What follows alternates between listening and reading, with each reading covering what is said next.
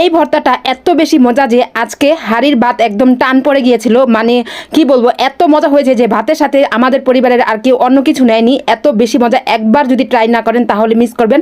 অনেক বেশি মজা। আর এর জন্য কিন্তু আমার লাউ পাতার দরকার পড়েছিল। লাউ পাতাটা কিন্তু এই যে আমার মা আমাদের গেটের সামনে আসে, এরকম শাক সবজি অনেক কিছুই বিক্রি করে, আসে নিয়ে আসে। তো লাউ পাতার এরকম আসলে রান্না করার জন্য কিনেছিল। আর আমি কি করলাম, আমি তো কয়েকদিন যাবৎ ভাবছিলাম যে লাউ পাতা লাগবে, আমার একটা রেসিপি আছে। তো লাউ পাতা মানে এই তো যেই আমি দেখলাম, আমি তো খুশির ঠেলায় মানে কি বলবো, কয়েকটা লাউ পাতা নিয়ে আগে আমি রেখে দিলাম যে এই ভর্তাটা বানাবো। তো লাউ পাতাগুলো ভালো করে 4-5টা ধুয়ে তারপর আমি এখন পানিটা ঝরিয়ে নিচ্ছি। আর এইটা ভর্তাটা মানে একবার হলো ট্রাই করবেন। তার আগে একটু অনুরোধ, যদি ভালো লাগে তাহলে কিন্তু অবশ্যই আমার চ্যানেলটি সাবস্ক্রাইব করে দিবেন, অবশ্যই লাইক দিয়ে কমেন্ট করবেন কেমন হয়েছে আমার আজকের রেসিপিটি। আর আমার পেজটিতে জয়েন থাকলে অবশ্যই ফলো দিবেন। তো এর জন্য 2 টুকরো আমি তেলাপিয়া মাছ নিয়েছি। চাইলে আপনারা টাকি মাছ বা যে কোনো মাছ নিতে পারেন, বাট তেলাপিয়া মাছে কিন্তু অনেক বেশি স্বাদ। আমি লাল কাঁচামরিচ নিয়েছি, চাইলে সবুজ কাঁচামরিচ নিতে পারেন। আর কয়েকটা আমি রসুন নিয়েছি, আস্ত রসুন নিয়ে এভাবে আমি হলুদ দিয়ে লবণ দিয়ে একটু সেদ্ধ করে নিব। তো সেদ্ধ হয়ে গেলে আমি আরেকটু সেদ্ধ করে নিয়েছি, একটু শুকিয়ে নিয়েছি পানিটা, বেশি পানি দিবেন না, একদম অল্প পানি। তারপর এখানে পেঁয়াজ কেটে নিয়েছিলাম, শুকনো মরিচ টালা নিয়েছিলাম। তারপর এগুলো এখন যখন সিদ্ধ হয়ে গেছে, পানিটা মানে একবারে শুকিয়ে গেছে, তখন আমি প্রথমেই কাঁচামরিচ, রসুন আর যে কাঁচামরিচ রসুনটা ছিল সেটা আমি বেটে নিচ্ছি। তো ভালো করে বেটে নিয়ে এখন আমি মাছটা বেটে নিব। মাছের কাঁটাগুলো ছাড়িয়ে নিচ্ছি। মাছের তেলাপিয়া মাছে একটু কাঁটা থাকে, স্বাভাবিক। পাঙ্গাস মাছে একটু কাঁটা কম থাকে, কিন্তু এই মাছটা একটু কাঁটা বেশি থাকে, বা টাকি মাছেও কাঁটা কিন্তু বেশি থাকে।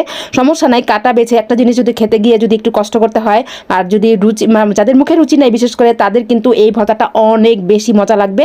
এমনকি সবাই খুব পছন্দ করবে, পছন্দ না করে কোনো উপায় নেই, এই ভর্তাটা অনেক বেশি মজা। তারপরে একে একে সব কিছু বেটে নিচ্ছি, তারপর শাকগুলো বেটে নিলাম। আর শাকটা বাটতে আমার তেমন কষ্ট হয়নি, পাটাটা একটু ছোট হয়ে গিয়েছে, ভর্তাটা অনেকগুলো, তাই পাটা ওই অনুযায়ী ছোট হয়ে গিয়েছে। তারপর আমি শুকনো মরিচ পেঁয়াজগুলো ভালো করে হাত দিয়ে চটকে এনেছি। আরেকটা জিনিস দিব শেষে, অবশ্যই সবাই দেখবেন পুরো ভিডিওটি। তো ভালো করে হাত দিয়ে এভাবে আমি একদম চটকিয়ে ভালো করে, তারপর আমি শাকটা যে বেটে রেখেছিলাম, শাক মাছ সবগুলো বেটে রেখেছিলাম, সেগুলো দিয়ে এই যে শেষে যে সরিষার তেলটা, এটাই বাকি ছিল।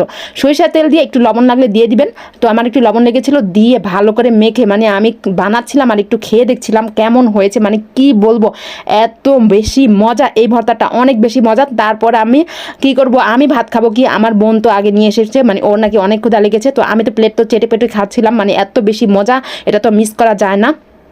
মানে অবশ্যই বুঝতে পেরেছেন, জিভায় পানি চলে এসেছে। কালারটা দেখেন, জাস্ট ওয়াও, মানে এত বেশি মজা। এই ভর্তাটা একবার হলেও ট্রাই করবেন। তো আমার বোন নিয়ে এসেছে ভাত, আজকে ও ভাত খাবে, আমি ভিডিও করব, কারণ আমার সময় নাই। আমার অবশ্য খেতে ইচ্ছে করছিল, অনেক ক্ষুধাও লেগেছিল, কিন্তু আমি গোসল করে একবারে তারপর খেতে বসবো। তো আজকে তো আর পাটাতে ভাত খাওয়ার কোনো ওয়ে নাই, আর যেহেতু কারণ এটা পরবর্তীতে আরেকটা ধাপ থাকে। তো এই ভর্তাটা একবার হলেও ট্রাই করবেন। কেমন হয়েছে আমার আজকের ভর্তা রেসিপিটি অবশ্যই কমেন্ট করে জানাবেন, এবং সবাই ভালো থাকবেন, সুস্থ থাকবেন, স্বপ্নের পথে পাশে থাকবেন। আর আমি যাতে নতুন নতুন মজার রেসিপি নিয়ে আসতে পারি আপনাদের জন্য, আমার জন্য দোয়া করবেন। আল্লাহ হাফেজ।